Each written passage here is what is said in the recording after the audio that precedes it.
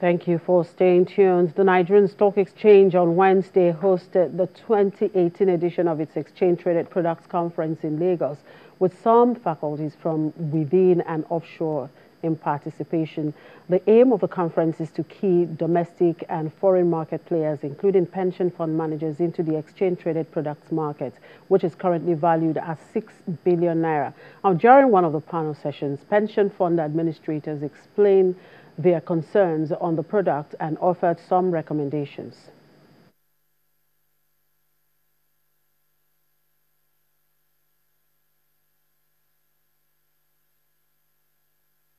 Pension funds in Nigeria are active managers. If you go to Kenya, you find that the pension fund administrators are not the asset managers. Here, we're also asset managers, and we're also administrators. So by design and structure, we're meant to be on top of our game when it comes to investments.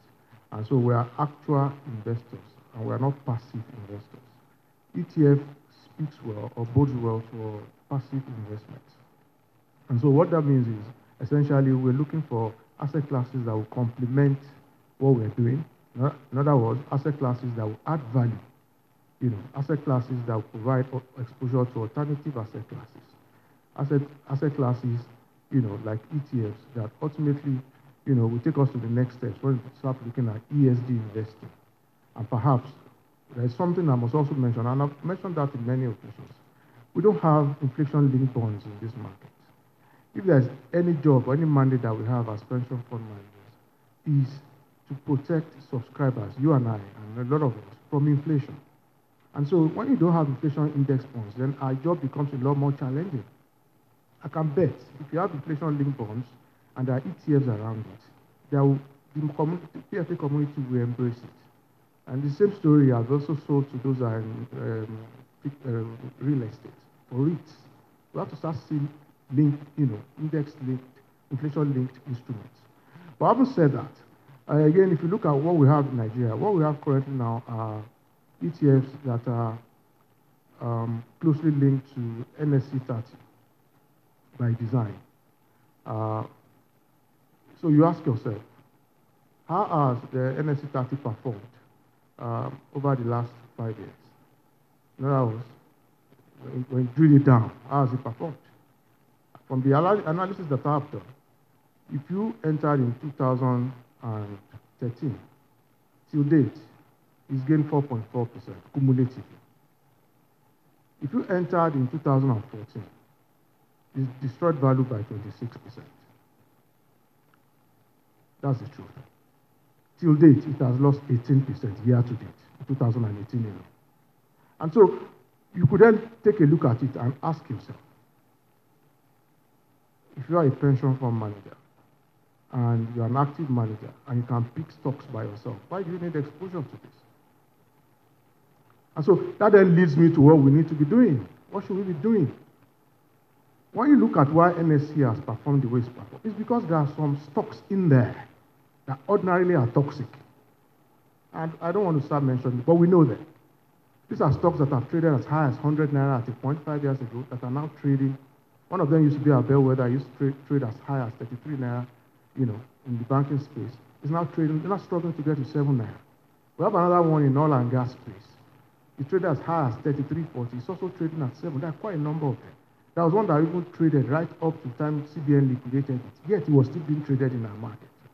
So we see all these non-adherence to governance. We see situations where there's no commitment to governance, no alignment between what executives are taking and how the share prices are doing. We see situations where some of the stocks, when it comes to cost to income, some as low as 30, some as high as 70. All of them are in this. So we have the good, the bad, and the ugly in this index. So why don't you think about smart beta ETFs and screen out these people? Take them out. Nobody needs them. There's a particular stock that I invested in. They did right issue at 6 naira.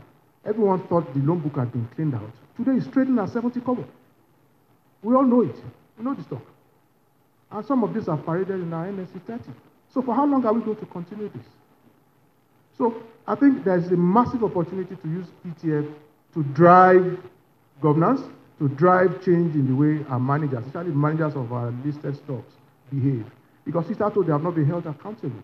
So there's scope for thematic ETFs, there's scope for smart beta, and you can use all sort of criteria to screen them out. The market is not complex or it's not deep and wide enough for you to actually replicate whatever theme or strategy you want to pursue with the currently available instruments in the market or investment vehicles. Something I support, a comment I support Niji on is essentially in terms of the plain vanilla nature of the ETFs that are currently in the market today. At some point in my career, and when ETF managers would come to the institution I worked for, one of the things I used to think about, and one of the things I used to say to them is, as an institutional manager myself, I don't really think there's anything you're doing that I cannot do, right? And herein lies one of the challenges, which I think is linked to the nature of the market itself. Having said that, I think increasingly, in recent times, I see more relevance for ETFs. As the nature and the number of funds that we manage increase and change and get more complicated, as our regulations change, as there is a greater need to be able to react swiftly to changes you see in your environment, as there's a greater need to be able to respond to the macroeconomy, to the economy, I think that there's a strong case, perhaps, for seeking to play out some of those views with some of the currently existing ETFs in the market today. Now, having said that, one of the challenges, very simply, is the size of the value of exchange-traded products in the market today. And you have to put that within the context of the regulatory constraints that we face as pension fund managers. So as an example, we have only recently implemented the multi-fund structure for the funds we manage. And the default fund is what is termed Fund 2 in the industry, which is where I think 70 to 80% of assets under management in the industry today is. By regulation, we cannot hold more than 10% of any single collective investment scheme, which ETFs are classified as. So that already is a constraint, which then brings me to the second issue, which is there is a need for ETF managers to be able to demonstrate some of those fundamental qualities that should be the selling points to institutional investors like ourselves. So one case in point is, I personally am not convinced about the ease of creation and redemption of ETF units. I think there's a need to demonstrate that, because I, as an institutional manager, that is very important to me. On a daily basis, I'm looking at different things, of which one is my adherence to my regulatory limits. If things change, I should be able to adjust. In my experience, I've had some challenges with that. And, speaking for myself, I think my firm is probably one of the few pension fund administrators that currently have exposure to the ETF vehicle in this market. So if I have faced those challenges, I think it may be a hard sell to other PFAs. The very first thing I'd like to touch on is the area of diversification.